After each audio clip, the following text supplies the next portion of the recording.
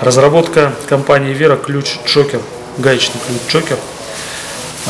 Он имеет ряд инновационных решений. Ну, одно из них это сплав хромолибденовый, то есть это более прочный сплав, нежели хром-ванадий, из которого традиционно делаются гаечные ключи.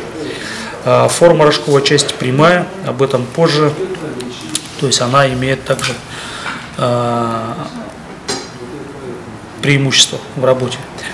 Твердосплавная пластина, которая позволяет демонтировать сложные гайки, там, например, с обкатанными гранями, там, закрашенной, ржавой, ну и так далее. То есть она, в принципе, сменной является, так скажем, заменной частью, если вдруг она изнашивается со временем. Вот такой вот зев 7-гранный также является инновацией. Что он позволяет делать? Например, рассмотрим ситуацию, когда у нас торчит некий болт, да, и вот на нем гайка. Для того, чтобы ее, скажем, закручивать, да, обычным рожковым ключом, нам потребуется помощь пальца, да, для того, чтобы он у нас не проскакивал. Ключ Джокер может работать таким образом, либо если чуть его сместить, то он, соответственно, фиксируется на гайке благодаря вот этой пластине. И его можно вот таким вот образом быстро и непринужденно использовать.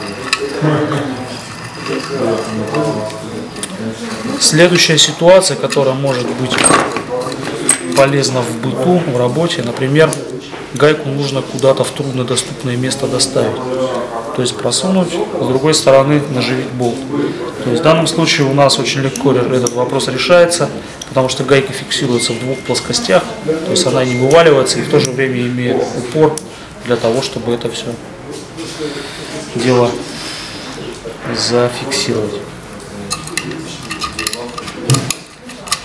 И, допустим, вот этот 7-гранный зев позволяет в совокупности с прямым расположением рожковой части в труднодоступном месте, в отличие от обычных гаечных ключей, он позволяет ключу быть всегда в работе и даже в самом узком месте позволяет закручивать или откручивать гайки.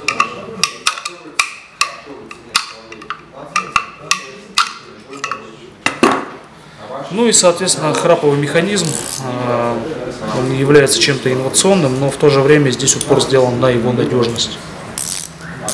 Так что просьба любить и жаловать ключ Джокер.